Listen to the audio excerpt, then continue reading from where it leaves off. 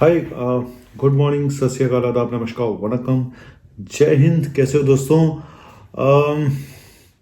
ज़िंदगी कभी कभी बहुत सही तरीके से चल रही होती है और आपको लगता है, लेकिन फिर भी आप दुखी रहते हो कि ये भी कोई ज़िंदगी है। लेकिन ज़िंदगी में जब कुछ ऐसा हो जाए तो पता चलता है कि नहीं भाई, अब तक जो तू ज़िंदगी जी रहा था ना, वो बेस्ट थी, वो बेस्ट थी। जी हाँ, मैं आज आपको कुछ ऐसे ही बताने जा रहा हूँ। कैसे एक मशहूर टीवी की एक्ट्रेस, और मुझे लगता है इस समय सबसे बड़ी एक्ट्रेस में से एक हैं, उनको हो गया स्टेज 3 ब्रेस्ट कैंसर। आज आपको बताऊंगा कि स्टेज 3 ब्रेस्ट कैंसर का मायने क्या होता है, कैसे स्टेजिंग होती है, कौन कौन सी स्टेज होती है। लेकिन बचने के लिए सिर्फ एक या दो तरीके हैं, उसको जरूर सुन लीजिए, वो बहुत जरूरी है ना। डराना मेरा काम नहीं है, अवेयर करना है। मुझे लगता है कि शायद मैं अगर चंद लोगों को भी अवेयर कर पाऊं इस ब्रेस्ट कैंसर से, सब महिलाओं को, तो मेरे लिए बहुत बड़ी बात होगी। सबसे बड़ी चक्कर पता क्या है कि वो एक पढ़ी लिखी अभिनेत्री है, ठीक है। ज्यादातर पढ़े लिखे लोगों में भी ये होता है, लेकिन कैसे ये स्टेज 3 स्टेज 4 तक पहुंच जाता है, क्यों नहीं आप शुरू में इसका पता लगा पाते या लगा पाती हैं लेडीज? सबसे बड़ा एक सोशल रीजन ज्यादातर केसेस में एक ऐसा है। और हालांकि कैंसर में काफी हद तक ये प्रॉब्लम है कि जब तक आप उसका पता लगाते हो वो बहुत आगे की स्टेज में जा चुका होता है।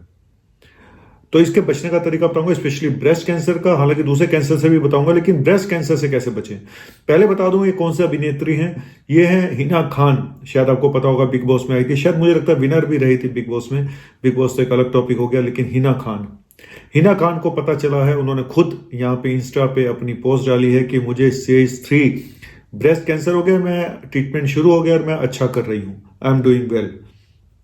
चलिए, हम सिर्फ प्रे कर सकते हैं। हर इंसान के लिए प्रे करना चाहिए, चाहे वो किसी भी फील्ड से हो, कि भाई बीमारी किसी को भी ना हो, अगर हो तो इस तरह की हो जो ठीक हो जाए, है ना।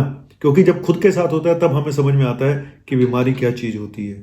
एक छोटी सी बीमारी भी होती है ना, आपके नाखून में भी दर्द होना शुरू हो जाए ना, आपका पूरा दिन खराब हो जाता है। आपके दांत में दर्द शुरू हो जाए ना, आपका पूरा दिन खराब हो जाता है। तो आप बहुत भाग्यशाली हैं अगर आपके हाथ पैर चल रहे हैं और आपको कोई बीमारी नहीं है। समझ जाइए, आप दुनिया के सबसे भाग्यशाली लोगों में से एक हैं, लेकिन आपको इसकी वैल्यू नहीं पता। चलिए बताता हूं। अब आता हूं काम की बात पे, ब्रेस्ट कैंसर। इसके साइन सिम्टम क्या होते हैं और कैसे आपको पता चलेगा कि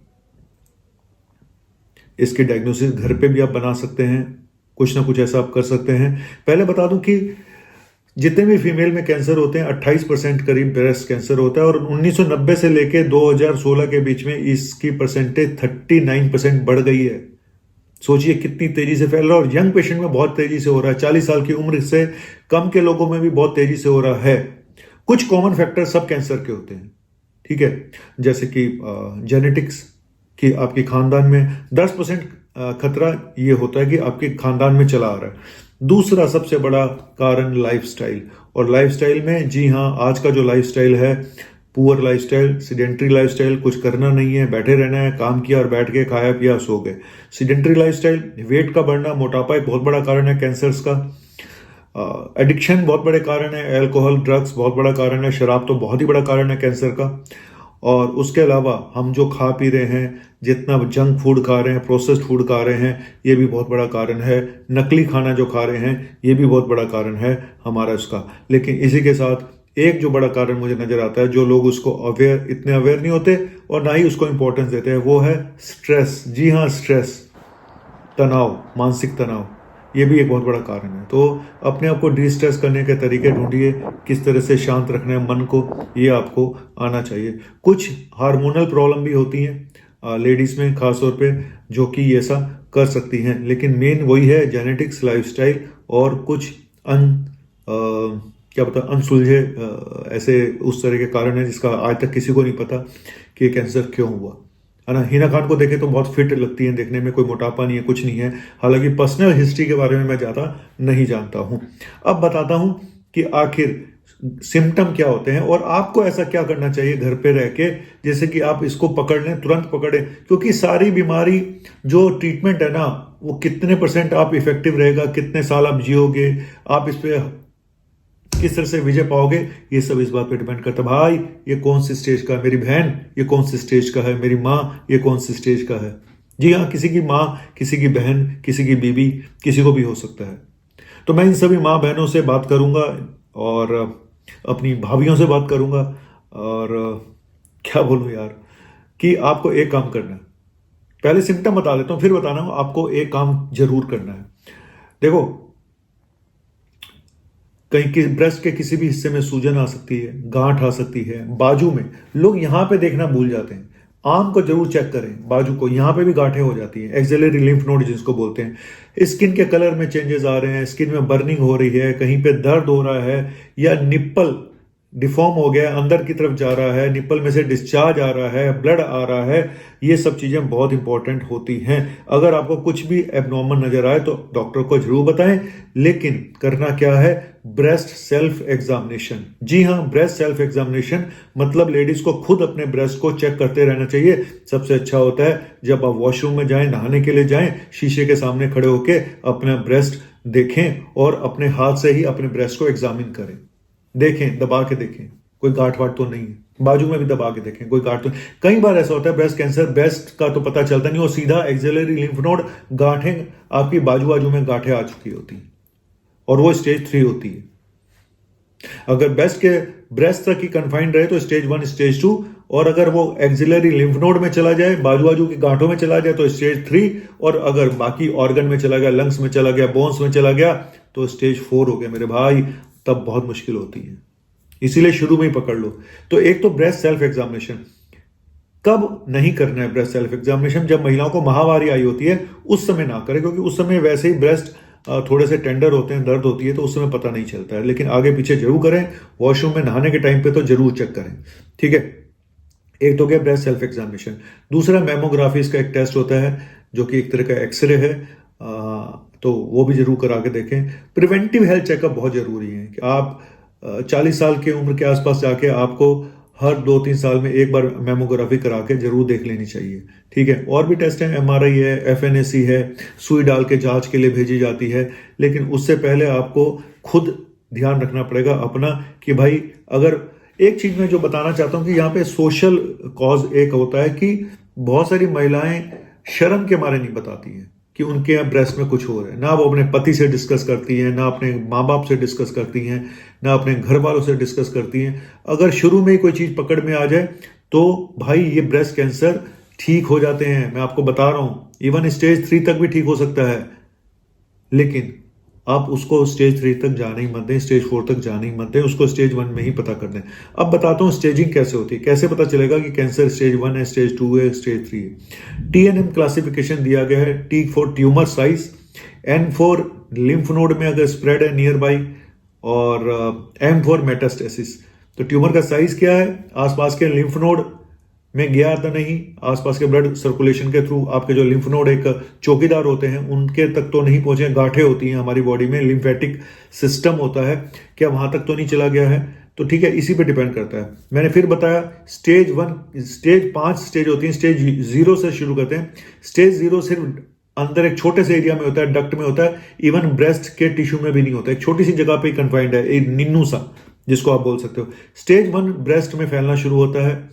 स्टेज 2 होता है जब आपके जो लिम्फ नोड है, जो आजू बाजू के लिम्फ नोड है, उनको इन्वॉल्व करना शुरू करता है। स्टेज 3 भी लिम्फ नोड पे डिसाइड होता है। अगर 4 से ज्यादा लिम्फ नोड हैं, 4 से 9 है तो स्टेज 3A हो गया, B हो गया। अगर 10 से ज्यादा लिम्फ नोड है, तो लिम्फ नोड अगर आने शुरू हो गए तो आप स्टेज 3 स्टेज 2 के बीच में चले गए हो। वो अब डॉक्टर ही बता पाएगा कि स्टेज 2 है या स्टेज 3 है। स्टेज 2 में ब्रेस्ट साइज का चक्कर होता है, और स्टेज 3 में कि कितने लिम्फ नोड में जा चुका है, 2 में गया है, 4 में गया है, 10 में गया है, उस पर स्टेज 3। तो हिना खान को हुआ है स्टेज 3, जो लिम्फ नोड इन्वॉल्व हो गए हैं। अब और चेस्ट वॉल भी इन्वॉल्व हो सकती है, छाती की जो वॉल है उस पर भी फैल सकता है। तो लोकलाइज स्प्रेड होती है, लेकिन साथ में लिम्फ नोड राइट साइड में तो राइट बाजू की एक्सिलरी लिम्फ नोड, लेफ्ट की है तो लेफ्ट एक्सिलरी बाजू इन्वॉल्वमेंट होना, और चौथा तो मैंने बता दिया मेटास्टेसिस। तो ये है। और ट्रीटमेंट डिपेंड करता है कौन से स्टेज में है। ट्रीटमेंट में सर्जरी भी है, कीमोथेरेपी भी है, रेडियोथेरेपी भी है, टारगेटेड थेरेपी भी है, हार्मोनल थेरेपी भी है। तो बहुत सारी थेरेपीज हैं, लेकिन मैं फिर बोलूँगा इसको जल्दी ही पकड़ लें, शर्म मत करें, और ब्रेस्ट सेल्फ एग्जामिनेशन सबसे इंपॉर्टेंट टेस्ट है, इसको ध्यान में रखें आप लेडीज को, क्योंकि देखो ये ब्रेस्ट में है, ब्रेस्ट एक प्राइवेट ऑर्गन होता है। आप खुल के किसी डॉक्टर से बात नहीं कर सकते। मेल डॉक्टर के पास जाने में आपको डर लगता है कि वो चेकअप कैसे करेगा। फीमेल डॉक्टर के पास भी आप नहीं जाती हैं कि चलिए फीमेल डॉक्टर को जाके दिखा दें। मैं कहता हूँ लेडी डॉक्टर को जाके दिखा दो, कम से कम इतना तो है, वो कुछ तो पता लगा लेगी आपका।